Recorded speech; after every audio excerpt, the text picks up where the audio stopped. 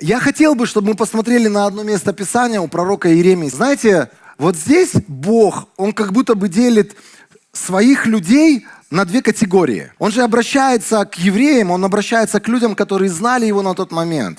И фактически Он делит свой народ на две категории людей. Так говорит Господь: проклят полагающийся на смертного, делающий своей опорой плоть и отвращающий свое сердце от Господа. Он будет как куст в пустыне, не увидит, как явится благо, будет жить в обожженной зноем пустыне, в соленой земле, где никто не живет. И вот знаете, вот если мы здесь остановимся, я хотел бы спросить, кто из нас хочет жить как куст в обожженной пустыне? Нормальный человек будет говорить вот так. Но почему-то мы делаем вещи, которые приводят именно к этому. Верни нас, пожалуйста, в 1 стих. Мы делаем то, что здесь написано. Мы полагаемся на свои силы, на свои возможности, на свои знания, на свои способности. И зачастую это играет с нами очень злую шутку. И это становится иногда проблемой. Наше количество знаний, количество возможностей, способностей, которые мы сегодня имеем. А вот опыт, если он у нас еще есть, или уже есть, он еще большую злую, знаете, шутку с нами играет. Я сейчас расскажу одну историю, вы поймете, к чему это. И дальше, если мы посмотрим на вторую половину этого послания, там написано: «Благословен полагающийся на Господа», или «уповающий на Господа». Или тот, который свою силу, свое знание черпает от Господа. Или тот, который без Господа не может ничего. Знаете, вот настоящее смирение — это не то, как я снаружи выгляжу. Потому что многие люди, когда они смотрят там на меня, на мою жену, они говорят: вы что-то не выглядите смиренными людьми. Слишком орущая футболка у тебя, брат. Слишком там то у тебя не так, или это не так. Ты не похож на смиренного человека. И вот здесь написано, что смиренный человек — это тот, который ничего не может без Бога. И там написано, что смиренный человек, он уповает на Господа. Он будет как дерево, посаженное у воды, что корни свои простирает к реке. Не боится оно, что настанет зной, листья его прибудут зелеными, не тревожится в год засушливый и плодоносить не перестает. Ребят, это то, что мы хотим все в нашей жизни. Мы хотим добрые, чудесные плоды, которые постоянно приходят в нашу жизнь. Здесь есть всего лишь одно условие: уповать на Господа. Полагаться не на свои силы, не на свои знания, не на свой опыт, а каждый день, вставая со своей кровати, говорить: Бог, я ничего не знаю, я ничего не могу, у меня ничего нет без Тебя. Все, что я хочу сегодня вместе с Тобой, я хочу, чтобы это исходило из Твоего сердца. Я хочу, чтобы все, что окружает меня, все, что я делаю, оно бы приходило от Твоих сил, от Твоего помазания, от Твоего знания, от того, что я получаю от Тебя. История сразу. Однажды, это был 95-й год, далекий год, но это была, наверное, это был один из первых уроков, который преподнес мне Господь, связанный с этим местом Писания. Я с 14 лет езжу на автомобиле. В 14 лет в нашей семье появилась машина, никто на ней не умел ездить, включая моего отца. Я первый научился на ней ездить. И я вот с юношеского возраста, я ездил без прав, могу покаяться даже в этом. Мы с папой иногда гаишников обманывали. Я-то был неверующий, мне можно было, он был верующий, за него придется каяться. Я ездил за рулем, папа сидел рядом, когда останавливали нас гаишники. Я думаю, у них всегда что-то в голове происходило, когда они подходили, а там седой мужик за рулем. И он думает, наверное, этот гаишник: слушай, я же видел, что там молодой пацан был за рулем. Что происходит? И таким образом вот я дожил до 20 лет, у меня не было прав, и в какой-то момент я понял, надо приводить в порядок жизнь. Молодые люди, надо приводить в порядок жизнь. Документов, если нет, документы должны быть. Загранпаспорт, что если завтра мы тебя отправим на миссию, чтобы ты взял свой загранпаспорт и уехал. Права, если Бог тебе завтра вдруг даст автомобиль, это все нужно иметь в порядке. Так вот, я понял, что надо все приводить в порядок. И я пошел Учиться на права. Учиться. Здесь важный момент. Я учился полгода. Была такая специальная школа ДОСААФ. И нас там обучали полгода. Устройство, ПДД, и т.д. и т.п. И полгода, каждый вечер я приходил, я обучался. И знаете, что я понял в какой-то момент?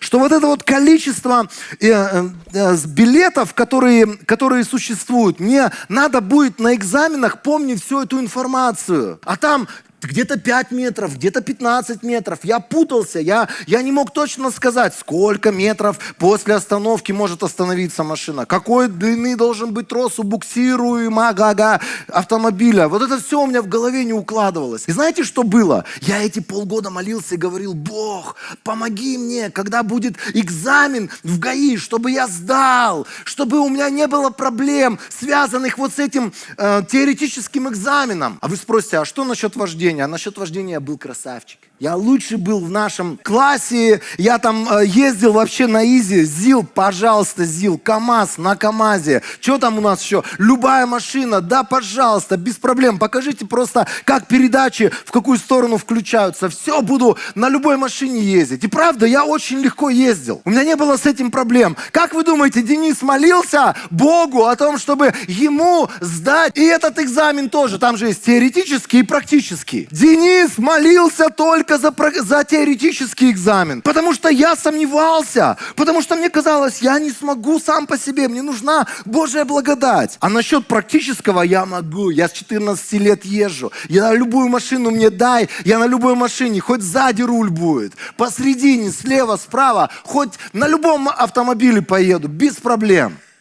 Знаете, вот все места Писания классно, когда они на нашей шкуре прожитые, эти места Писания. Когда я читаю это место Писания, и здесь у меня практический экзамен, здесь у меня теоретический экзамен. Здесь я могу вообще без Бога. Господь, мне вообще ни твоя, ни ангельская помощь даром не нужна. Ну, я, конечно, так не говорил, я же умный. Я правда, я не то что подумал, я был уверен. Чем мне Бога там лишний раз дергать, типа, да, там, беспокоить, я и сам могу. Как только у тебя появляется вот это предательское чувство, что ты можешь сам, ты можешь оказаться в большой луже. Когда пришло время в ГАИ сдавать экзамен, я очень легко сдал там все вопросы, правильно ответил, очень легко сдал теоретический экзамен. Я еще там сидел, всем помогал, что где надо, какие ставить клавиши. И когда дело коснулось практического экзамена, у нас в группе всего лишь 2 человека не сдали этот экзамен. Из всей толпы. Там были такие люди, которые вообще ездили на машине. Я всегда ржал над ними, думаю, как можно так ездить? Зачем ты учишься? Тебе ничего уже не поможет в жизни. Ну, были 2 человека. Какой-то мужик и я. И знаете, я когда вышел, я понял, что из всей группы не сдали 2 человека, один из них я. Я сказал: Бог, я все понял. Это был такой урок на всю мою жизнь. Я постоянно об этом вспоминаю, потому что как только ты думаешь, что ты можешь, ты способен, у тебя есть опыт, ты красавчик, именно в этот момент ты перестаешь нуждаться в Боге. И именно с этого момента начинается твой путь в ту самую канаву. Поэтому нам туда не надо, друзья. Любая ситуация в твоей жизни, начинай ее с молитвы. Любая ситуация в твоей жизни, начинай ее с момента, когда ты поднимаешь руки к небесам и говоришь: Бог, я прошу Тебя, как человек ничего не знающий, ничего не могущий. Я обращаюсь к Тебе о помощи. Я нуждаюсь в Тебе. Самый смиренный человек — это тот, который постоянно нуждается в помощи Господа. Это не тот, который выглядит или похож на кого-то. Этот человек внутри своего сердца нуждается в Божьей силе, в Божьей помощи, и он понимает, что без Бога он никто и ни на что не способен. С чем у вас ассоциируется вот слово смирение, кротость, скромность? Согласитесь, многие из нас, мы же приходим ко Христу, и мы смотрим на внешние вещи, и смотрим, например, на какой-то яркий вид человека, и мы говорим: ну, ты человек нескромный. Мы смотрим на слишком громкого, слишком радостного человека, и думаем: ну, что-то не похоже на смиренного человека. Согласитесь, у нас у каждого есть свои понимания того, каким должен быть смиренный человек. И иногда мы совершенно неправильно думаем, и иногда мы совершенно неправильно предполагаем, и, соответственно, к неправильному образу двигаемся. И нам нужно понимать, кто же такой смиренный человек, и какой человек на самом деле не смиренный. Давид однажды в какой-то момент спросил: остался ли из дома Саула кто-нибудь? Он уже воцарился, он царь. И он вспомнил про своего друга, с которым он был в завете, Иоаннафана. И он спрашивает, остался ли кто-то из дома Саула, кому я мог бы оказать милость ради Иоаннафана? А в доме Саула был слуга по имени Цива. Его позвали к Давиду. Кстати, Циву запомните. Его позвали к Давиду, и царь спросил его, ты Цива? Рад служить тебе, ответил тот. Вот запомните этот персонаж, это тоже важно. Царь спросил, есть ли кто еще живой в доме Саула, кому я мог бы оказать Божью милость?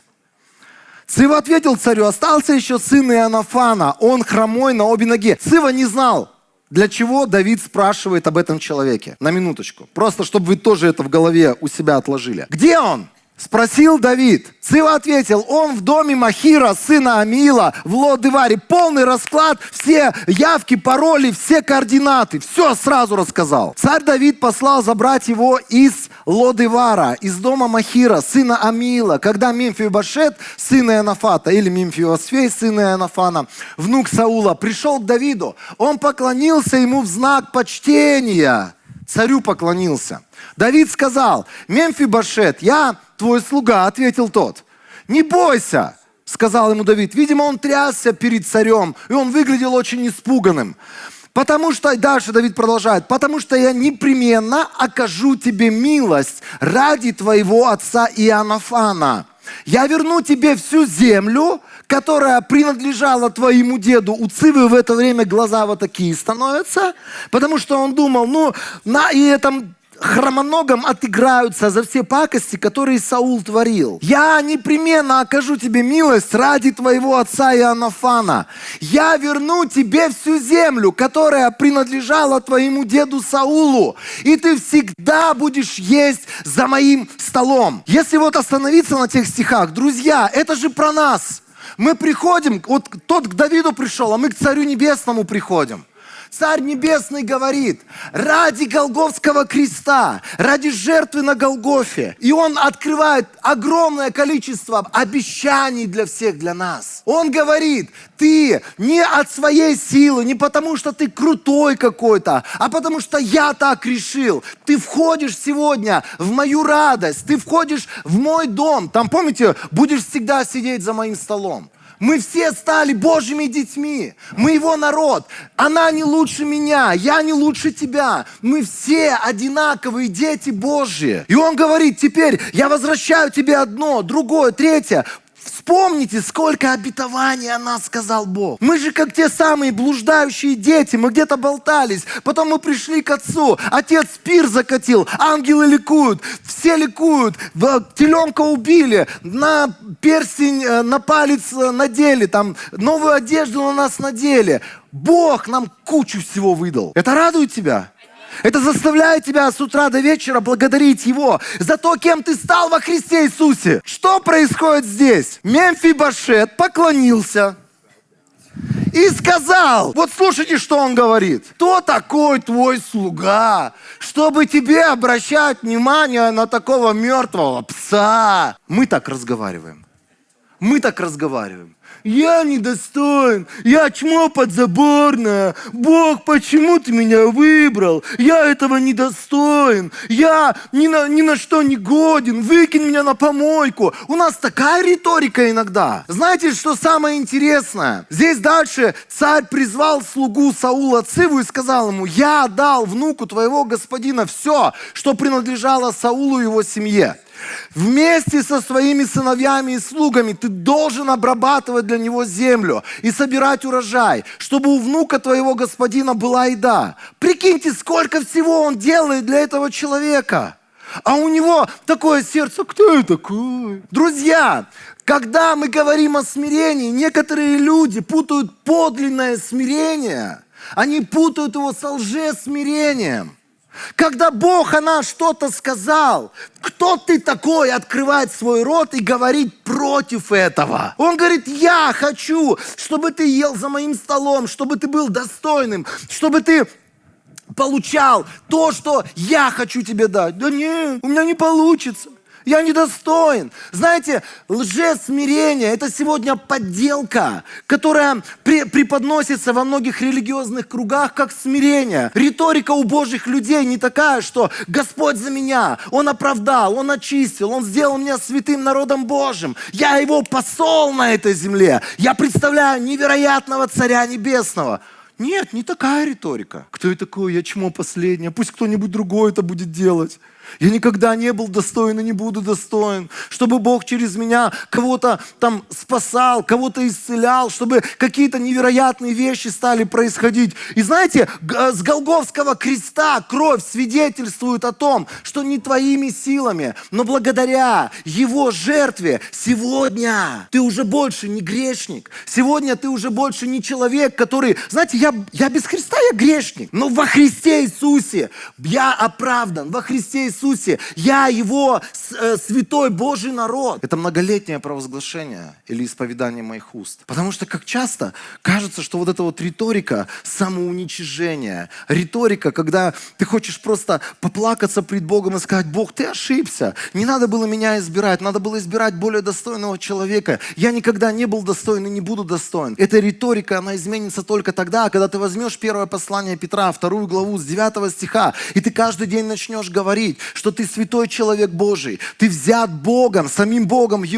Его царство, в Его удел, чтобы представлять Его на этой земле. Раньше ты не был народом, раньше ты не был человеком Божьим, но ныне ты святой, ты возлюбленный, ты человек, через которого Он хочет проявлять себя. Вот это самоуничижение, они путают его со смирением. Оно ничего общего на самом деле не имеет между собой. Смиренный человек – это тот, который согласился с тем, что говорит о нем Бог. Смиренный человек – это тот, который говорит: Господь, ни я, ни мои силы никогда бы не могли достичь того, что Ты сделал со мной. Я благодарю Тебя за это. И ты поднимаешь руки к небесам, и ты хвалишь Его, что Он лоза, а ты ветвь, поэтому ты будешь приносить плоды, и ты пребываешь на Нем. Ты пребываешь в Его Слове, питаешься Его жизнью, поэтому эта жизнь хлещет через тебя и касается других людей. Не твои силы. Друзья дорогие, если у вас когда-то была риторика, как у этого человека: кто я такой, у меня в жизни ничего не получится, я ничего не смогу,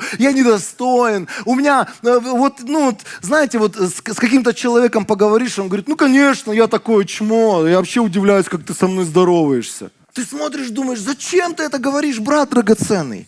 Ты же святой человек Божий. Когда мы смотрим на Колоссянам 3 главу с 9 стиха: «Не лгите друг другу, ведь вы уже сняли с себя ваш прежний образ жизни. Вы оделись в новую природу». Знаете, мы иногда думаем: наврать — это когда, например, ты взял у кого-то в долг, а потом люди у тебя спрашивают: а ты кому-нибудь должен? И ты такой: не, я никому не должен. Многие думают: вот это наврал. Ты врешь, знаешь, когда? Когда ты говоришь о себе вещи, которые о тебе Христос никогда не говорил. Ты врешь, когда, к примеру, ты говоришь о себе вещи, о которых ты точно уверен, что Бог на тебя совершенно по-другому смотрит. Там написано так: вы оделись в новую природу, которая обновляется истинным знанием, все более отражая образ самого Создателя. Вот здесь просто, знаете, мы одеваемся в новую природу, которая не от нас. Не мы ее создали. Так Бог на нас смотрит, так Бог нас видит через Голгофский крест, через жертву своего Сына. И Он заплатил за нас. Он заплатил плату за нас. Представьте себе, например, ты за кого-то заплатил, чтобы этот человек прекрасно выглядел, а этот человек срывает с себя эти одежды, выкидывает и надевает свою старую плохо пахнущую одежду, которая плохо выглядит. И когда ты спрашиваешь: зачем ты снял мою одежду? Старая рубашка ближе к телу. Когда мы говорим о себе вещи, которые Христос, мы знаем точно, не говорит о нас, друзья, это вообще ничего общего со смирением не имеет. Поэтому перестаньте сами себя жалеть, перестаньте на себя наговаривать, перестаньте говорить о себе слова, которых нет в Библии о вас. Я всегда рекомендую людям, которые начинают свой какой-то первый путь во Христе Иисусе, я говорю: тебе нужно узнать из Слова Божьего, как Бог на тебя смотрит и что Бог о тебе говорит. И все места, где написано, кто ты такой в Нем, как Бог на тебя реагирует через Голгофу, что Он говорит о тебе, как о новом творении, тебе это надо знать с утра до ночи, это исповедовать своими устами. Потому что нам так трудно о себе что-то доброе, знать и говорить. Нам почему-то так легко говорить, что я пес последний, я чмо последний, у меня ничего никогда не получится. Нам так просто вот этот вот путь Мемфивосфея повторять по какой-то причине. Ефесянам 4 глава с 23 стиха. «Обновите ваш образ мыслей, оденьтесь в новую природу, созданную по образу Бога». В смысле? Кто по образу Бога здесь создан? Он говорит, оденьтесь в эту природу. В истинную праведность, святость. Пусть каждый из вас оставит ложь, говорит своим ближним правду, потому что все мы члены одного тела. Мы-то думаем, что врать другому человеку, это когда мы говорим ему откровенную ложь о каких-то ситуациях. Но мы врем. Например, когда мы жалуемся человеку, что мы недостойные. Мы вруны в этот момент. Мы врем о том, что было сделано самим Богом. Мы врем, когда мы говорим, что Бог нас не простил, что я слишком недостойный человек, я слишком мало постился. Это все называется не говорить ближнему своему правду. Цива – это тип, вообще тип, который... Я уверен, он присутствовал в Эдемском саду, когда он пришел к Еве. Он там был просто в образе змея. Это тот же самый, который подбил огромное количество людей сказать, башню стройте, Бога достигайте, что вы тут сидите на берегу этого Ефрата? Давайте, гоните, кирпичи обжигайте, давайте, покажите Богу, что вы можете. Это тот же самый лживый искуситель, который в пустыне пришел ко Христу и начал его искушать, начал, знаете, клеветать, начал делать какие-то вещи. Это тот самый старый клеветник. 2 Царств, 16 глава. Это удивительное место Писания с 1 стиха. Эта история чуть-чуть позже случилась. Первое, вы уже запомнили, лжесмирение – это говорить против себя и говорить вещи, которые про тебя Бог не говорил. Это не соглашаться с тем, как Бог тебя видит. Ты, может быть, себя привык унижать, оскорблять. Ты в чужих глазах хочешь быть маленьким специально, чтобы таким образом типа стать или быть смиренным. Но на самом деле это лжесмирение, потому что Бог тебя по-другому видит. Давид никогда не видел его псом. Давид его видел как человека, который является преемником в его завете с Иоаннафаном. Когда Давид немного спустился с вершины, история гражданской войны. Там уже Авессалом восстал, чуть-чуть позже это все происходило. Когда Давид спустился с вершины горы, ему неожиданно. В других переводах нету этого слова «неожиданно». Я специально посмотрел. Какой-то божий человек переводил на НРП. Знаете, неожиданно так. Раз и появился. Мы иногда думаем, что какие-то встречи это как случайность. Можно сказать, совершенно случайно ему встретился Цива, слуга Мемфивошета. И тут прикол. Что с этим Цивой? А у Цивы пара оседланных ослов, навьюченных 200 хлебами. Ты что здесь делаешь, Цива? Да я случайно здесь проезжал. Правда, у меня 200 хлебов есть. 100 связок изюма. Представьте себе, Давид в гонении. Давид в горах вообще где-то на вершине горы прячется, потому что Авессалом восстал против него. И вот совершенно случайно дядька прогуливается с ослами, с хлебами, с изюмом, 100 связок инжира и еще бурдюк вина. Царь спросил Циву, для чего это у тебя? Цива ответил, ослы для того, чтобы на них ездил дом царя. Правильно отвечает. Хлеб и плоды в пищу юношам, а вино, чтобы подкрепить тех, кто ослабеет в пустыне.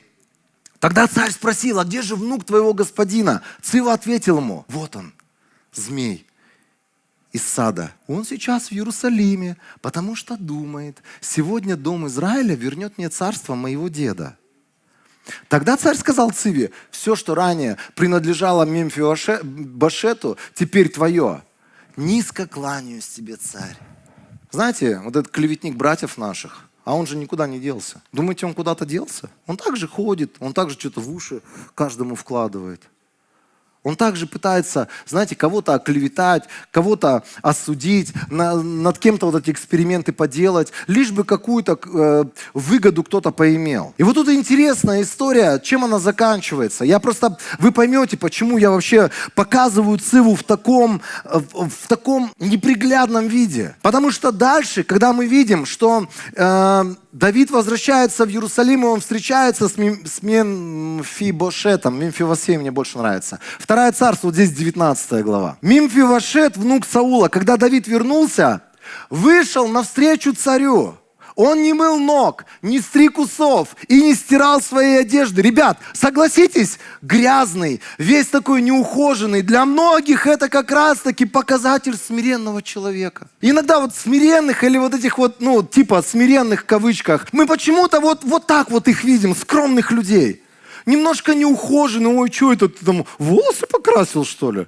Нескромно. Ой, что это у тебя на ногтях? Маникюр? У женщины нескромно. Должны, я помню эту историю, когда докопались до моей жены. Типа, ты же из церкви, а что у тебя такие ногти? Потому что скромность у людей ассоциируется вот с этим, вот. Он не мыл ног, не стриг усов, не стирал свои одежды. С того самого дня, как царь ушел. Он хотел показать свое, знаете, вот это вот сопереживание, свое смирение. И интересно, мы посмотрим, какое у него сердце. Там написано так. Пришел из Иерусалима, чтобы встретить царя. Царь спросил его, а что это ты не пошел со мной, Мемфибошет?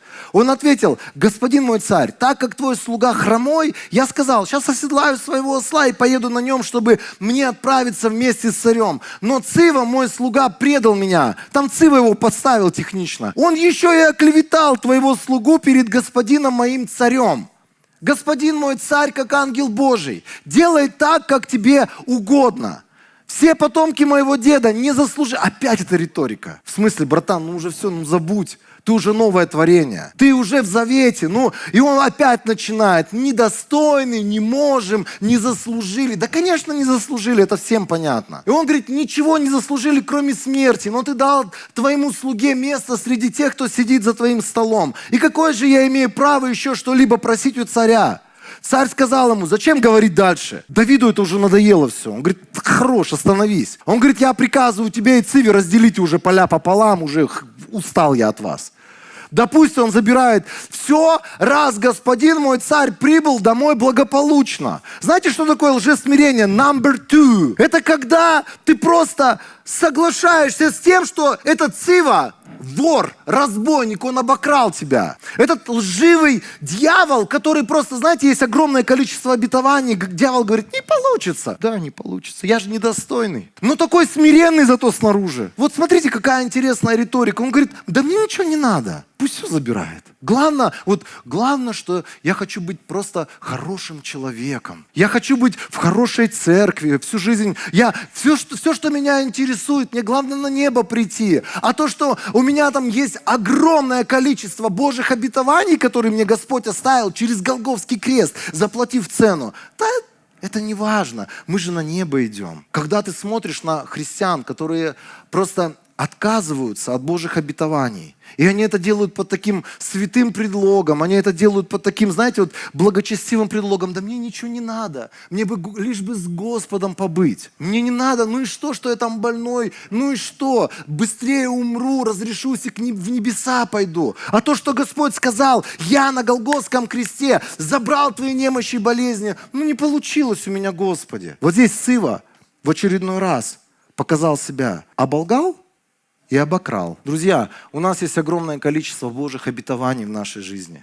Если мы сегодня не стремимся к тому, чтобы жить в этих обетованиях, принимать эти обетования, это лжесмирение. Это лжесмирение, когда я соглашаюсь с врагом, что я пришел больной, и я уйду на небеса больной. Я имею в виду, на земле пришел ко Христу больной, и ничего не произойдет. Главное мне в небо попасть. Да, это главное, это основное, но по пути еще огромное количество Божьих благословений Господь хочет показать тебе в твоей жизни, дорогой человек. Первое, мы говорим против себя, мы говорим против того, что сказал о нас Бог, и мы это делаем с таким смиренным видом, я же ничего не могу, я же такой на самом деле. Это лжесмирение. И второй уровень лжесмирения, это когда говоришь, ой, да мне ничего не надо, заберите. Что там, какие обетования есть, заберите. Не получилось у меня, видимо, Бог так не хочет. Видимо, это мой крест, который мне надо всю мою жизнь нести, чтобы я был более смиренным на этом пути, моем христианском. Мы попали на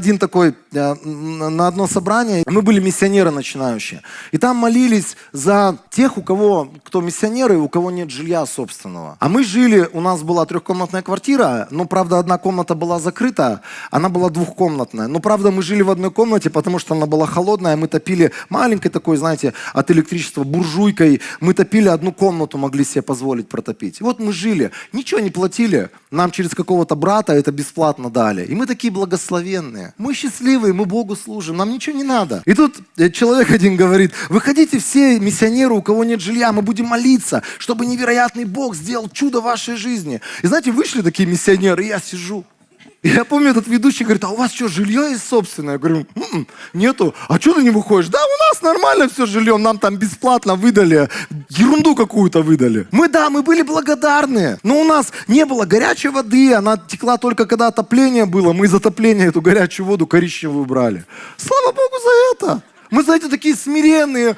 Слава Богу и за это. Слава Богу, что вообще есть вода, есть воздух, все хорошо, не сдохнем. Вот это вот лжесмирение, это смиряться с чем-то маленьким, с какими-то крохами, которые падают из-под стола или под стол. А Господь говорит: заходи, братан, давай, вот за стол. Я этот стол для тебя поставил. Помните про столы, которые для Мимфи и Восфея принадлежали? Есть огромное количество обетований. Бог обещал, что будешь веровать ты, спасешься ты, весь твой дом. Это о твоих детях, о твоих близких.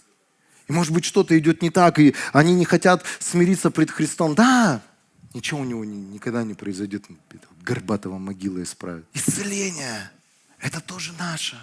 Финансовый прорыв, Божие благословение в финансах, это тоже наше. Один человек мне говорит: да зачем мне финансы, мне хватает, вот я вот это имею, вот это имею, вот это имею. Мне хватает, мне не надо больше. Я вообще не хочу больше. Я когда это услышал, думаю: ты чё? Ты чё? Есть столько проектов Божьих, которые мы хотим реализовать. Есть столько людей, которым мы можем послужить. Есть столько разных вещей, куда мы можем сегодня вкладывать финансы. Ты чё? А знаете, вот хуже всего, самое, наверное, страшное, мы говорим о том, что лжесмирение – это говорить против себя или против Божьего творения. Лжесмирение – это когда мы отказываемся за наши вот эти вот Божьи обетования сражаться, мы отказываемся, или мы в руки врага, в руки вора все это отдаем, да не надо мне ничего. А третье, мы отказываемся вот с этим вором биться. Это третье, это когда мы отказываемся. Вот просто знаете, что произошло? Да, разделите пополам. Разделили. И дальше он продолжает с этим подлецом Цивой жить. Дальше это все продолжается по старой схеме. Этот Цива каждый день: ну чё, еще не сдох, нормально, ноги ходят, ага. Представьте себе, каждый день ты видишь этого вора, который ограбил тебя. Он забрал обетования, которые были в твоей жизни. Друзья, нам надо сразиться с дьяволом в нашей жизни. Третья вещь – это когда мы соглашаемся с работой дьявола в нашей жизни. Когда мы говорим: ну, что я сделаю? Вот он пьет, мой муж, мне его просто надо любить, он никогда не изменится все равно. Я просто его буду любить такой, какой он есть. Приди однажды, скажи: слушай, я выходила замуж за христианского человека, а живу с каким-то алкоголичным человеком. Давай что-то решать. Я отказываюсь так жить. Я отказываюсь так жить. Послание Иакова, 4 глава. Интересно, вот о христианах, знаете, вот можно сказать вот из этой главы, но только все по-другому. Здесь написано: покоритесь Богу, противостаньте дьяволу. Лжесмирение – это когда я противостою Богу, Его обещаниям. Я противостою тому, что Он говорит обо мне. И я соглашаюсь с дьяволом. Я просто соглашаюсь, что а что я сделаю? Все дети отпали, у меня ничего не меняется. Не знаю, может быть, я буду биться, я буду бороться, я буду поститься, я буду взывать к небесам, я буду с Духом Святым воевать. Я этого Циву из своей жизни прогоню раз и навсегда. Я свое наследие буду забирать. Дорогие друзья, настоящее смирение – это когда ты признаешь, что такое во Христе Иисусе. Это когда ты признаешь, что принадлежит тебе по праву через голгофскую жертву. И третье – это когда ты готов за это бороться, биться. И не просто, знаете, многие думают, биться – это там какими-то, я не знаю, там тварями духовными там сражаться, как-то их пытаться задушить. Многие так себе представляют это. Биться – это когда ты своей плоти говоришь: я не соглашаюсь с такой жизнью. Я не соглашаюсь с тем, что меня окружает. Я не соглашаюсь с этой атмосферой, в которой я сегодня живу каждый день. Я не соглашаюсь, я не хочу продолжать жить так, как я живу. Это когда ты внутри не соглашаешься со своим грехом. Это когда ты внутри не идешь на поводу и не, знаете, ты не порабощаешься этому греху. Ты борешься, ты воюешь, ты делаешь все. Если пост не помогает, тогда более длинный пост возьму. Если более длинный пост не помогает, тогда я возьму марафон поклонения, буду с утра до ночи поклоняться Богу до тех пор, пока не увижу прорыв. Я узнаю также все, что Библия говорит об этом, буду это говорить с утра до ночи. Знаете, вот в моей жизни было время там сразиться с нищетой. Мы все вышли из одного места, все одинаковый бэкграунд имеем. Я помню, когда я понял, что я человек, который, я не верю в благословение. Я слышу людей, которые свидетельствуют о чудесах, а я не верю, что в моей жизни это может быть. И я понимаю, что внутри меня есть вот этот Цива, который клевещет на Бога, который клевещет на меня самого. Я могу бы сказать, ну ладно, ну что. Я просто понял, мне надо сразиться с этим Цивой. Мне нужно брать Слово Божие ежедневно, брать и исповедовать его, провозглашать, что говорит Слово Божие обо мне, о том, что было сделано для меня на кресте. Бог, Он заплатил ценою жизни своего Сына, чтобы обменяться с нами. А мы соглашаемся с вещами, которые пришли не от Бога в нашу жизнь. Мы соглашаемся с нищетой, мы соглашаемся с тем, что у нас ничего нигде не происходит, не клеится. Настоящее смирение – это просто восстать против нищеты. Настоящее смирение – восстать против болезней. Настоящее смирение – восстать против того, что творится в твоем доме или в твоей семье. Перестань с этим смиряться. Перестань смиряться с тем, что у тебя просто безумные мысли в голове, что ты, знаете, вот ты не кладезь света Божьего, а кладезь какой-то нечистоты бесконечной, за которую тебе самому стыдно. Просто начни с этим бороться, со своим мышлением. Обвязывай это Словом Божьим. Мне приходилось, я то стоял на коленях, плакал, то я поднимал руки к небесам, радовался, то я по несколько дней постился, то я выписывал все обетования, которые связаны с финансовыми благословениями. Я просто потом понял, что мне нужно на постоянной основе сражаться, говорить, утверждать, провозглашать, сражаться с самим собой, внутри себя. Цива-то не снаружи. И искушения, они на самом деле не снаружи, они вот здесь. Похоть наша, она зачинает грех. Это что-то внутри нас, в нашей плоти. Это то, с чем нам надо сразиться всем. Я хочу вдохновить вас. Вот мы говорим сегодня о лжесмирении. Я хочу, чтобы вы подумали, какие слова вы говорили на себя, как вы реагировали. Может быть, какой-то человек приходил к тебе и говорил, вот это не надо. Или делай вот так. И ты, конечно, кто я, кто ты. У меня ничего не получается, я ни на что не способен. Подумай над тем, как ты относишься к Божьим обетованиям? Может быть, ты даже их не знаешь. Может быть, ты никогда даже не думал о том, что Бог говорит о тебе, и что Бог приготовил для тебя, и что было сделано на Голгофском кресте. Какой обмен ты получил? Третье, сразись с этим врагом. Но этот враг, он не снаружи. Многие думают, что надо душить вот как я уже сказал, какие-то существа вот эти духовные. Они там их видят, эти существа. Существо там, существо здесь. Самое главное существо вот здесь. Вот здесь битва вся происходит. Здесь надо сразиться. Берите Слово Божие, берите то, что говорит о нас Бог, берите то, что вы читаете в своем Писании, утверждайте это, заменяйте свое мышление на истину Слова Божьего, делайте то, что там написано. Это и есть настоящее смирение.